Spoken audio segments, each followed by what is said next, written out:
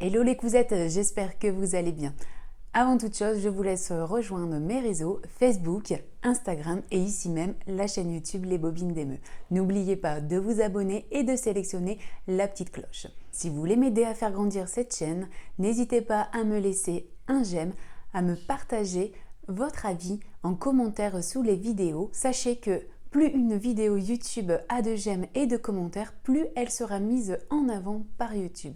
Je compte sur vous, j'ai besoin de vos petites actions. Dans cette vidéo, je vais vous apprendre à coudre une couverture patchwork. Vous aurez des petits carrés ici, dans différents tissus, un côté tout doux, soit du minky, soit de la polaire, à vous de choisir, une finition passe-poil. Je vais vous donner toutes mes astuces pour réaliser parfaitement votre patchwork et avoir des lignes et des diagonales quasiment parfaites.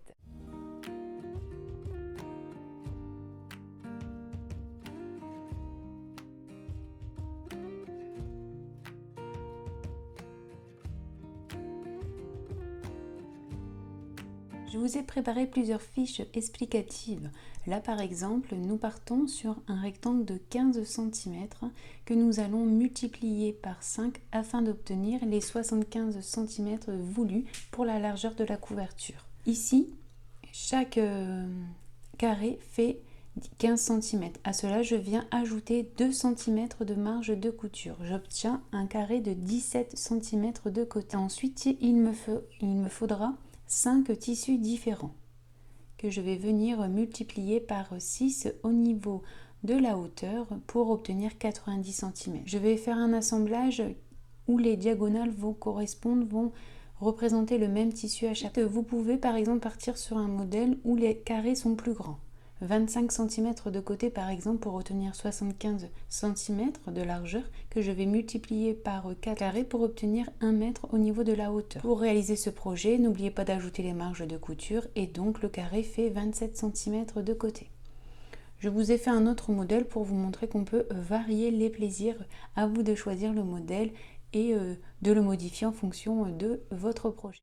N'hésitez pas à avoir à côté de vous toujours un petit carnet de couture afin de réaliser vos schémas, de réfléchir à vos dimensions en fonction de votre projet. C'est comme ça que j'ai déterminé, je voulais une largeur de 75 cm, j'ai donc divisé ces 75 cm afin d'obtenir les dimensions de mes carrés. Par exemple, si vous voulez, vous pouvez ajouter quelques carrés et vous modifier la hauteur. Ici, je vous donne un exemple de 90 cm, mais comme je vous montre sur la fiche, vous pouvez rajouter un carré pour obtenir une hauteur de 105 cm.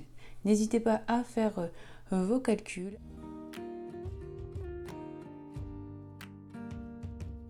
Pour ce projet, je pars sur un rectangle de 75 cm par 90 cm. Un carré fait 17 cm de côté en incluant les marges de couture. Et il y a 5 carrés différents. Il vous faudra donc 5 tissus différents si vous le souhaitez. À cela, nous allons devoir les répéter 6 fois.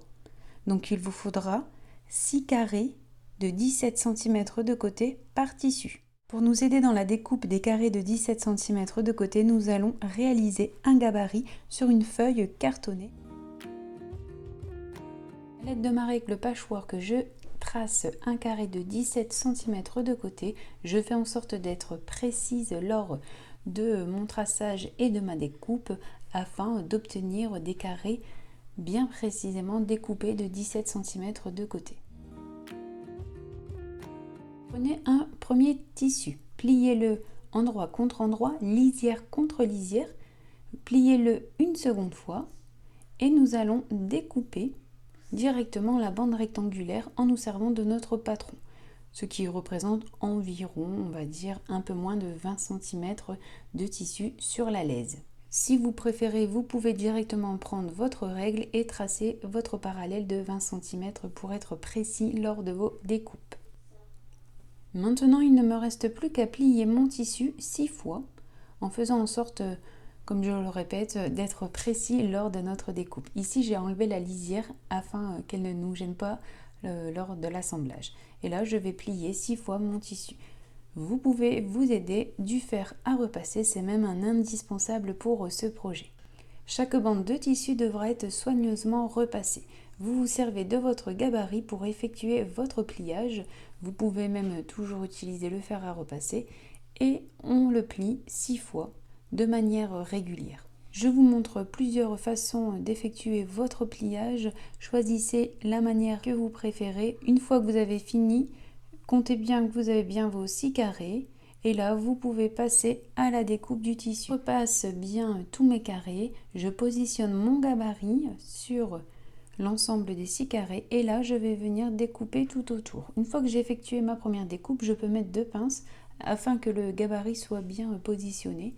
Et c'est parti, il ne vous reste plus qu'à découper en suivant le patron de 17 cm de côté. Les 6 carrés sont prêts et découpés de manière régulière. Si vous n'avez pas la laisse totale sur votre tissu, vous pouvez procéder de manière différente pour la découpe de votre tissu.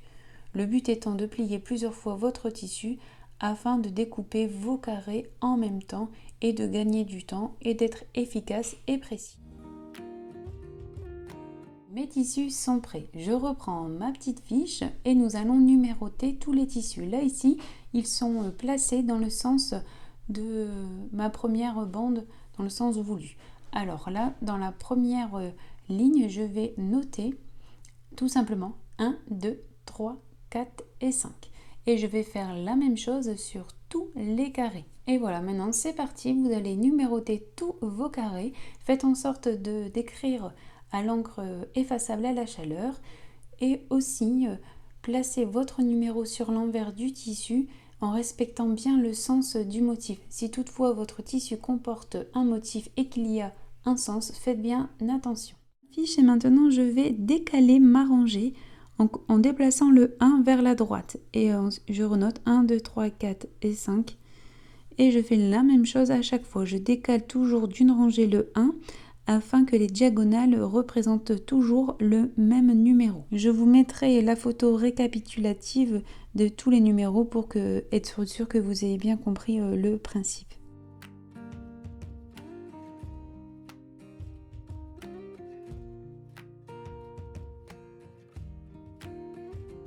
Nous allons maintenant procéder au premier assemblage de la première ligne. Je vais faire attention de bien respecter l'ordre de mes tissus. Je positionne mon premier tissu endroit contre endroit avec le deuxième tissu et je vais épingler. J'utilise des épingles très fines afin qu'elles passent sous l'aiguille de la machine. Je fais bien attention si mon tissu dispose d'un motif afin de ne pas me tromper dans le sens. Et je vais toujours assembler endroit contre endroit et faire en sorte que les tissus soient toujours bien alignés bord à bord. Je procède de la même manière avec le quatrième tissu que je viens assembler endroit contre endroit avec le troisième carré. J'épingle. Faites la même chose pour le cinquième carré. Prenez votre temps, soyez minutieux. C'est un travail qui demande du temps, mais le résultat en vaut la peine. Pour réaliser les coutures, 2 méthodes. Soit vous êtes à l'aise, vous savez coudre à 1 cm de manière précise, c'est bon, c'est parti. Deuxième méthode, vous allez tracer des parallèles à 1 cm précisément des 2 bords des tissus. Ce sera votre ligne de couture et vous la répétez pour chaque carré à assembler. En procédant de cette manière, c'est sûr, vous allez être super précis au niveau de l'assemblage et cela vous garantit un meilleur résultat et de belles finitions. Parce que dans l'assemblage de ce patchwork, ce qui va rendre le résultat beau, c'est vraiment la précision. Les lignes sont finies. Nous allons annoter cette première bande en notant une lettre A que nous allons rajouter également sur notre petite fiche à côté. Une fois que c'est prêt, je peux procéder à l'assemblage suivant. N'oubliez pas de noter A, B, C, D, E, F sur votre petite fiche et c'est parti, on recommence en assemblant la bande B. Donc là, vous suivez bien l'ordre donné. 5, 1, 2, 3 et 4. Et c'est parti. On assemble toujours endroit contre endroit, on épingle et voilà. Je vous laisse travailler à votre tour.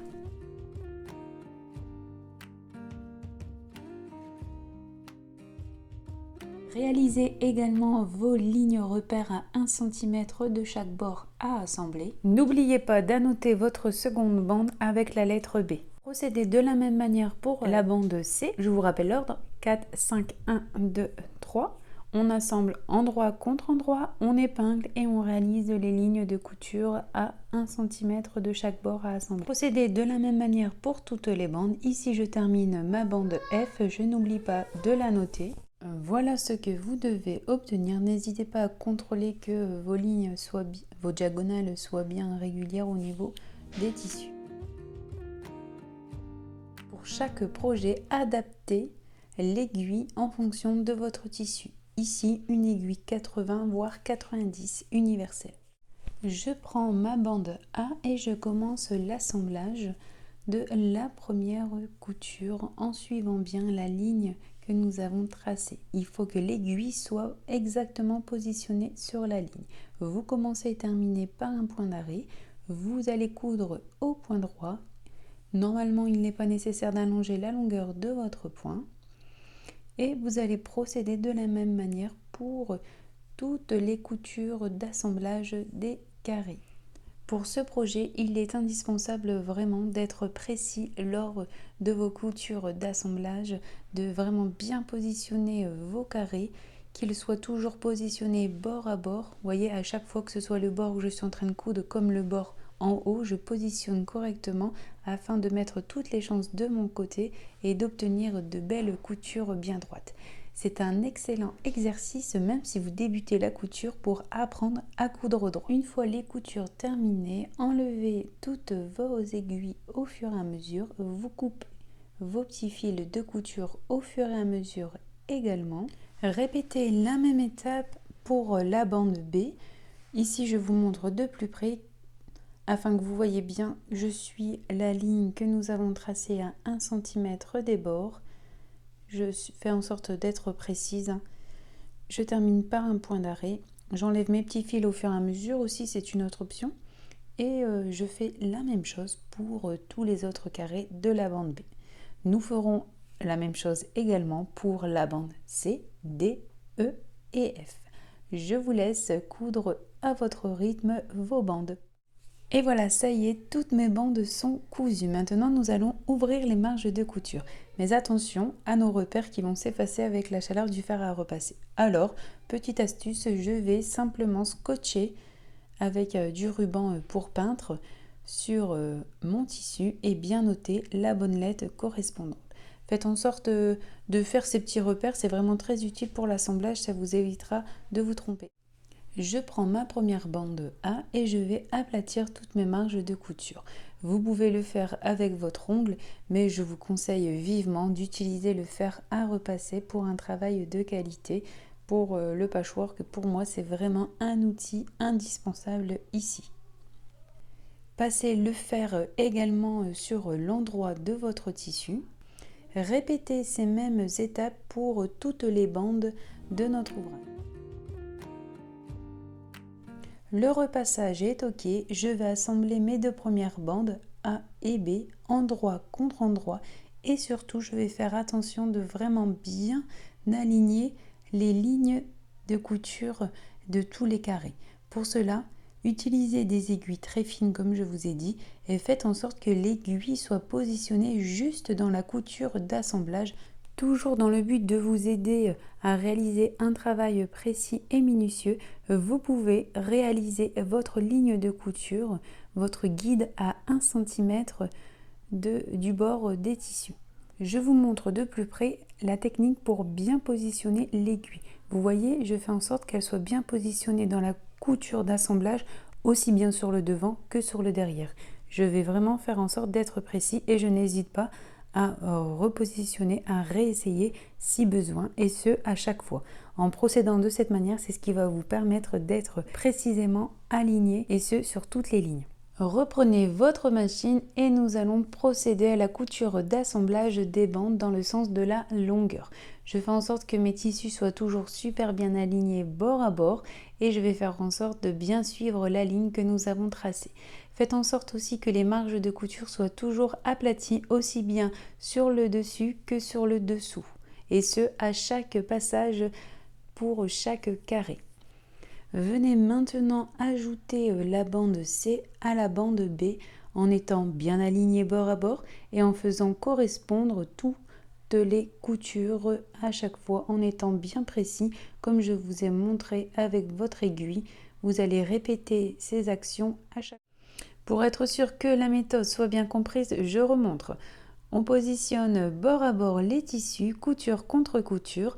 J'insère l'aiguille dans la couture d'assemblage. Vous voyez, je fais dépasser précisément de l'autre côté et la fais ressortir également de l'autre côté. Je n'hésite pas à réessayer si je ne suis pas bien dans la couture. Vraiment prenez le coup pour bien positionner votre aiguille et vous répétez la même action pour toutes les coutures d'assemblage de tous les carrés. Faites en sorte que vos marges de couture soient toujours bien aplaties afin de faciliter la couture sous la machine également. Tracez une ligne à 1 cm sur le bord et c'est parti pour la couture d'assemblage de la bande B avec la bande C. Je fais en sorte que mes tissus soient toujours bien positionnés. Je commence par un point d'arrêt, je couds au point droit et c'est parti. Je fais attention à ce que mes marges de couture soient bien aplaties en haut et en bas. Et vous continuez de la même manière pour toutes les bandes. Étape suivante, c'est reparti pour du repassage. Allez, on aplatit toutes les marges de couture dans le sens de la longueur en étant bien précis. Vous faites ça pour toutes vos bandes que vous venez d'assembler. Et voilà ce que vous devez obtenir. Toutes les bandes, toutes les marges de couture sont aplaties.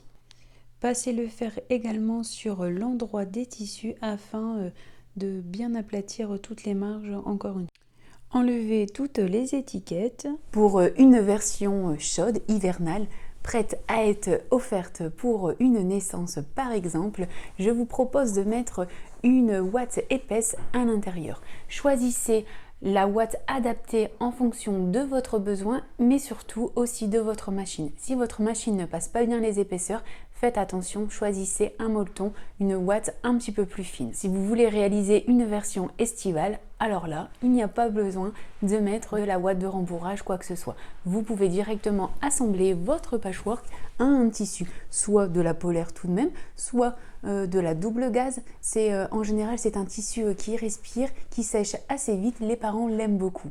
Si c'est pour une naissance printemps-été, je vous conseille vivement la double gaze. Ici, j'utilise de la ouate 250 grammes. Elle est épaisse, méfiez-vous des épaisseurs en fonction de vos machines. Choisissez vraiment la ouate qui sera la mieux adaptée. Plus elle est épaisse, plus c'est difficile, mais meilleur moelleux vous obtenez. Donc là, vraiment, je positionne mon tissu patchwork bien à plat et je vais commencer par épingler par le milieu. Une fois que j'ai épinglé tous mes carrés par le milieu, je vais procéder de chaque côté et toujours faire en sorte que mon tissu soit bien à plat. Vos tissus ne bougent pas, vous pouvez tout à fait bâtir votre ouvrage, c'est-à-dire passer un fil de couture à la main aux 4 coins, aux 4 extrémités de votre tissu patchwork. Optionnel, mais ça va vous faciliter la couture. Alors maintenant, pour fixer la ouate à votre tissu, vous pouvez soit réaliser un point zigzag aux 4 côtés ou un point droit. Dans ce cas, faites en sorte d'allonger la longueur de votre point.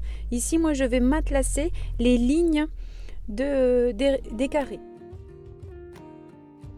Mais avant ça, il est important de choisir une aiguille plus épaisse afin de faciliter l'assemblage avec la ouate épaisse. N'oubliez pas d'allonger la longueur de votre point. Ici, même pour le point zigzag, je vais allonger la longueur de point afin de faciliter la couture due à l'épaisseur. Je me positionne au bord de mon tissu, un point à l'intérieur, un point vers l'extérieur, mais à chaque fois mon point est bien sur le tissu et non pas sur la ouate. Je trouve que c'est plus facile de faire de cette manière. À vous de faire des essais si vous le souhaitez sur vos petites chutes et de choisir le réglage qui convient le mieux à votre machine.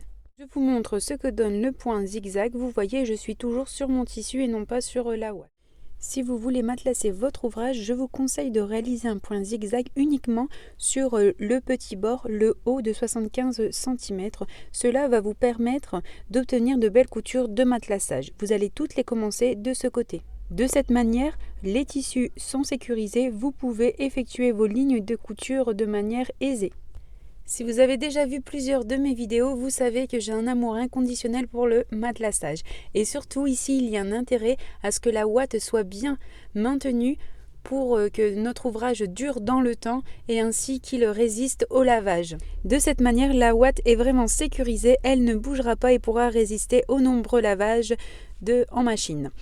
Alors, les coutures pour le matelassage, je vais les réaliser non pas à 2 mm des bords des coutures d'assemblage comme j'ai fait ici. Je vous conseille plutôt de les faire directement dans la couture d'assemblage que vous voyez entre chaque carré. Vous positionnez vraiment votre aiguille dedans.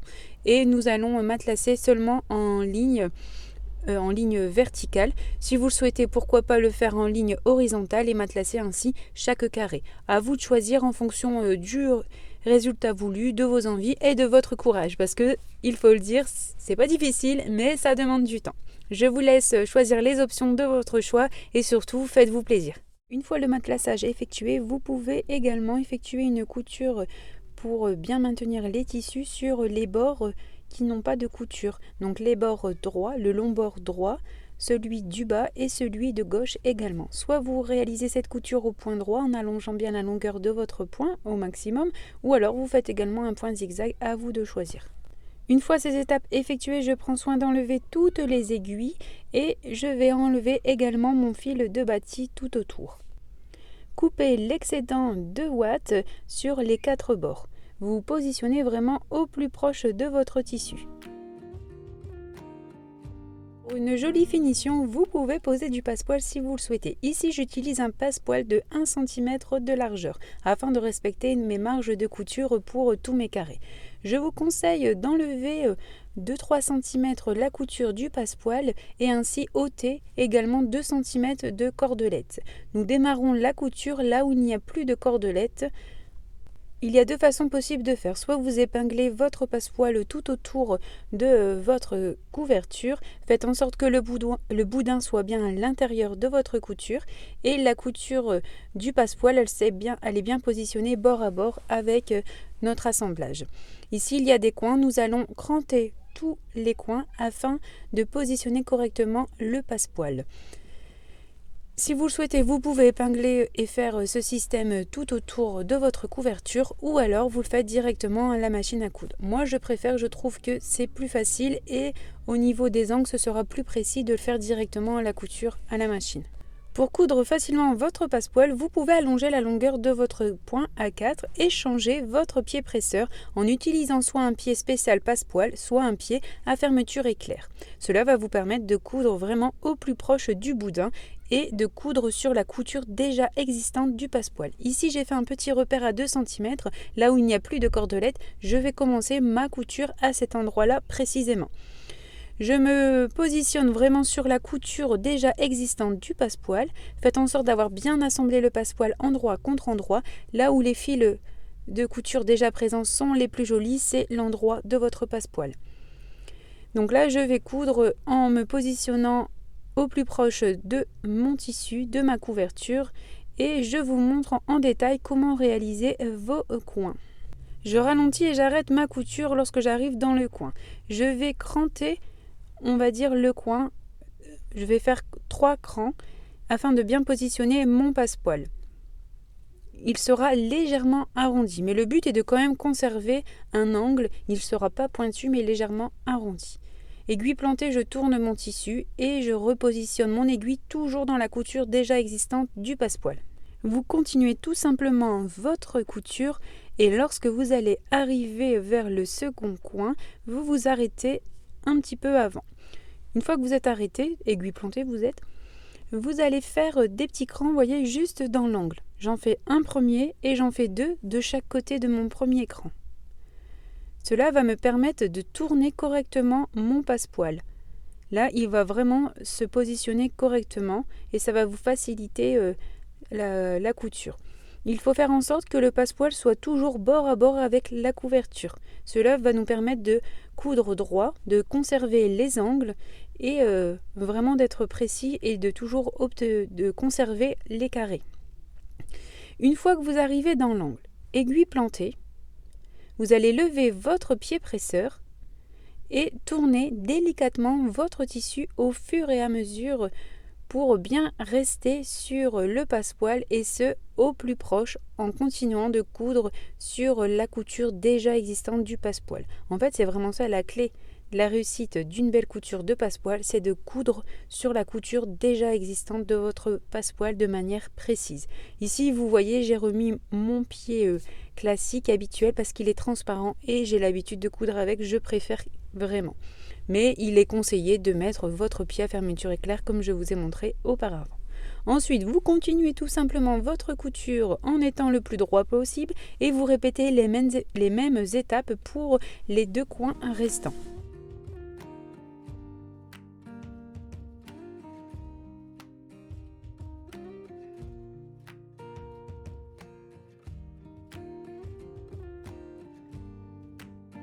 Maintenant, je vous montre comment raccorder votre passepoil. Alors, vous pouvez tout d'abord effectuer un petit repère comme nous l'avons fait déjà. Faites-le si vous ne l'avez pas fait. Sur le passepoil que nous venons de finir, vous faites ce même repère afin de couper et il faut vraiment que les 2 cordelettes se rejoignent bord à bord. Sur le premier passepoil cousu, nous allons réaliser un petit repli de 1 cm et nous allons insérer la seconde partie du passepoil directement à l'intérieur. Nous allons faire en sorte de bien positionner le passepoil toujours bord à bord avec le tissu et une fois que c'est bien positionné, vous insérez l'autre extrémité du passepoil, vous la positionnez vraiment bord à bord avec le second passepoil et là, à ce moment-là, vous pourrez continuer votre couture et terminer comme d'habitude par un point d'arrêt. Voilà, maintenant vous savez raccorder du passepoil de manière simple et efficace. Une fois que vous avez fini de personnaliser le devant de votre couverture, vous pouvez assembler votre polaire, votre minky au choix ou tout autre tissu doux et chaud à vous de choisir, endroit contre endroit avec la couverture. Faites en sorte que le rectangle découpé de minky soit toujours plus grand que le premier rectangle de couture patchwork. Ici, moi, je mets au moins 2 cm de chaque côté. Vous épinglez généreusement tout autour et vous faites la même chose à l'intérieur également afin de positionner correctement votre tissu. Il faut qu'il soit bien à plat. Ensuite, vous pourrez passer un fil de bâti. Là, je vous le conseille vraiment. Pour moi, il est indispensable si vous ne voulez pas galérer à ce qu'il y ait des différences, à ce que votre tissu minky s'étire lors de la couture. Bâtissez votre ouvrage. Ça va vous prendre 15 minutes à tout casser, mais vous verrez, ce temps sera gagné par la suite. Marquez 2 repères d'au moins la largeur de votre main, voire plus, afin de laisser une ouverture pour retourner l'ouvrage par la suite. Vous commencez votre couture par un point d'arrêt au second repère. N'hésitez pas à allonger la longueur de votre point en fonction des épaisseurs. Et là, vous positionnez vraiment sur la couture déjà existante du passepoil. Vous voyez, le minky est en dessous. C'est le tissu, on va dire, entre guillemets, le plus dur à coudre. Donc, on le positionne en dessous. Il sera mieux entraîné par les griffes d'entraînement de votre machine. Et là, si vous le souhaitez, j'ai oublié de préciser tout à l'heure, dans la canette, lorsque vous allez coudre votre passepoil, vous pouvez utiliser une couleur contrastante afin de mieux voir votre couture lorsque nous allons assembler ici même à cette étape. Là, moi, mon fil est blanc, donc on ne voit pas très bien. J'ai quand même réussi, je vous rassure, donc ça devrait aller. Donc pour cette couture, vraiment, il faut coudre dans la couture déjà existante de l'assemblage du passepoil avec la couverture patchwork. Pour coudre correctement les angles, n'hésitez pas à aiguille planter, lever le pied presseur et tourner délicatement au fur et à mesure votre tissu afin d'être toujours bien précisément dans la ligne déjà cousue de votre passepoil. Terminez votre couture au second repère par un point d'arrêt. Prenez soin de bien enlever toutes les aiguilles, soyez vigilants, et ensuite il ne vous reste plus qu'à ôter, couper le fil de bâti. Puis vous pourrez couper l'excédent de minky en vous positionnant au plus proche de la couverture patchwork. Au niveau de l'ouverture, vous pouvez laisser un petit peu plus de minky, cela vous facilitera la couture pour refermer. Et surtout, il est indispensable de bien dégarnir vos angles, de couper perpendiculaire à la couture existante, de faire des petits crans au besoin. Retournez l'ouvrage, soyez délicat et prenez soin de bien faire ressortir vos angles. Vous pouvez épingler l'ouverture afin de réaliser soit une couture invisible à la main, soit une surpiqûre tout autour. À vous de choisir la solution la plus adaptée à votre machine, à votre envie. Ici, moi, je fais une couture à la main au point invisible. Si vous faites une surpiqûre, surtout, il est indispensable d'allonger la longueur de votre point, au moins un 4 voire au maximum, et d'utiliser un fil de couleur assorti à la polaire dans votre canette. Je réalise un point invisible. Je fais un point plus proche du tissu Minky et ensuite je vais en dessous réaliser un point au plus proche, mais là cette fois-ci ce sera dans le passepoil. Faites en sorte de ne pas planter trop profondément l'aiguille, si je puis dire, afin qu'elle ne dépasse pas de l'autre côté de votre passepoil. Et comme j'aime varier les plaisirs et toujours vous proposer différentes variantes, je vous ai confectionné une petite couverture. Vraiment, ces dimensions sont idéales pour le berceau à la maternité par exemple, ou alors elle pourra devenir plus tard l'accessoire de poupée pour cet enfant. C'est vraiment un projet à réaliser qui dure dans le temps. Ici, pour varier, j'ai réalisé des bandes rectangulaires à assembler entre elles et une bande de finition avec des angles en onglet. Voilà, le but est d'apprendre de nouvelles techniques simplement et ensemble.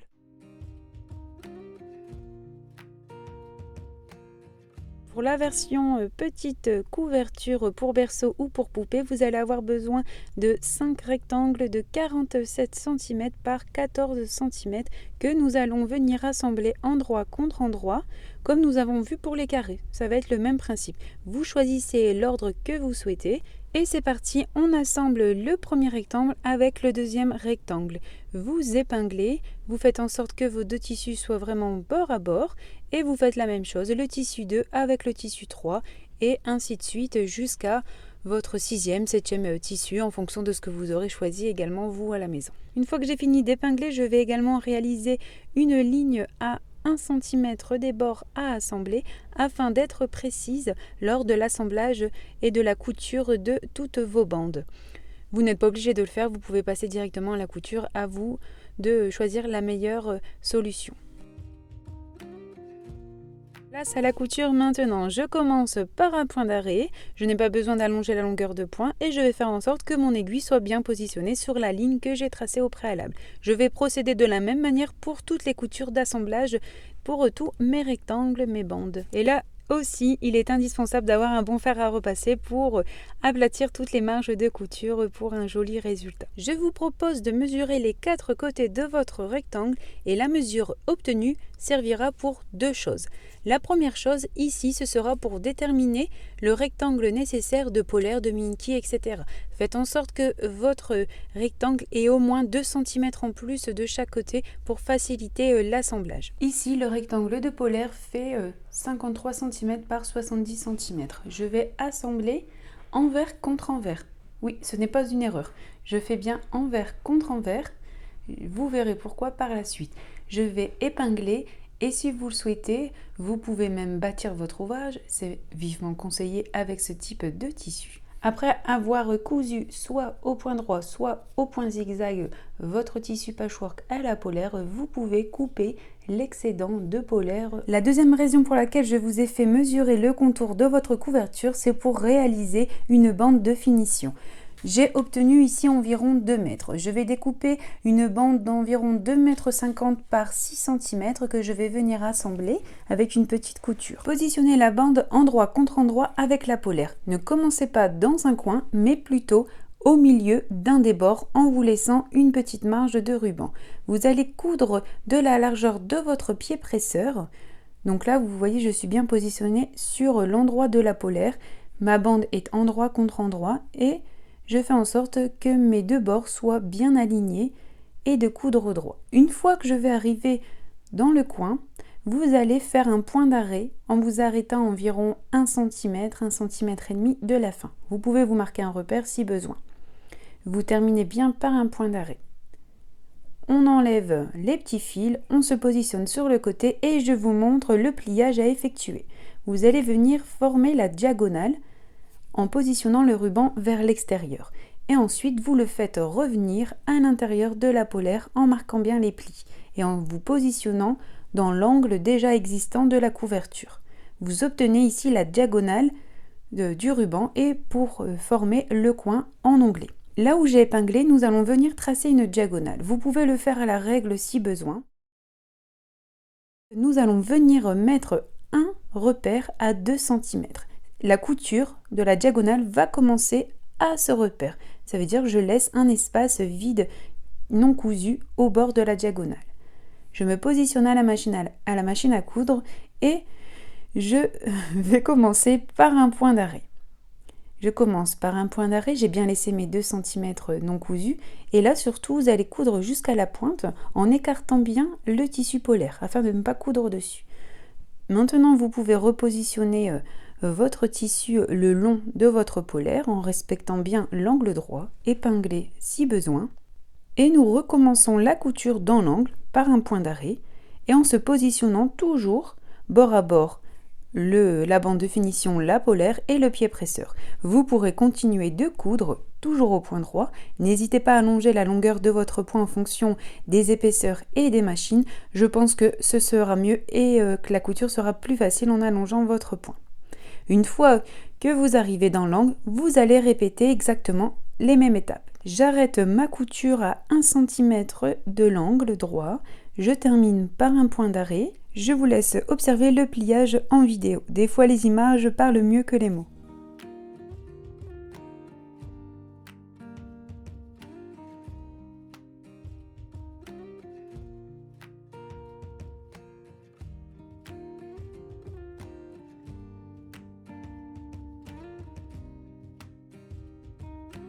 On repasse à la machine en se positionnant en repère.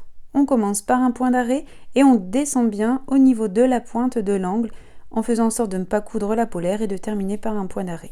Vous allez répéter ces mêmes étapes pour les 2 angles restants. Une fois la technique acquise et comprise, vous pouvez réaliser toutes ces étapes directement à votre machine à coudre, c'est-à-dire vous n'êtes plus obligé de vous mettre sur le côté, etc. Je vous l'ai montré vraiment pour que vous compreniez bien la méthode. Mais après, vous pouvez le faire directement à la machine. Accordez la bande de finition, vous allez coudre au plus proche et vous arrêtez avant, 2-3 cm avant, afin de marquer le pli entre les 2 tissus, entre les 2 bandes. Vous pouvez épingler et si vous avez besoin hors de la machine, vous faites vos pliages, etc. pour être plus précis. Ça, vous faites en fonction de vos habitudes, de votre niveau. Là, ici, on voit bien le pli, là où je vais épingler et coudre. Une fois épinglé, vous pouvez couper votre tissu en conservant une marge d'aisance. Réalisez une couture au point droit en commençant et terminant par un point d'arrêt. Choisissez une couleur de fil assortie à votre tissu. Ici, j'ai mis du blanc pour que vous voyez bien, mais choisissez vraiment une couleur adaptée. Une fois que c'est cousu, on enlève les petits fils. Vous pouvez aplatir vos marges de couture, recouper si besoin. Et là, vous pourrez finir votre couture. À présent, coupez l'excédent de tissu au niveau des angles. Vous pouvez dégarnir et enlever l'excédent de polaire dans chaque angle. Retournez votre angle, faites ressortir la pointe et vous procédez de la même manière pour tous les autres angles.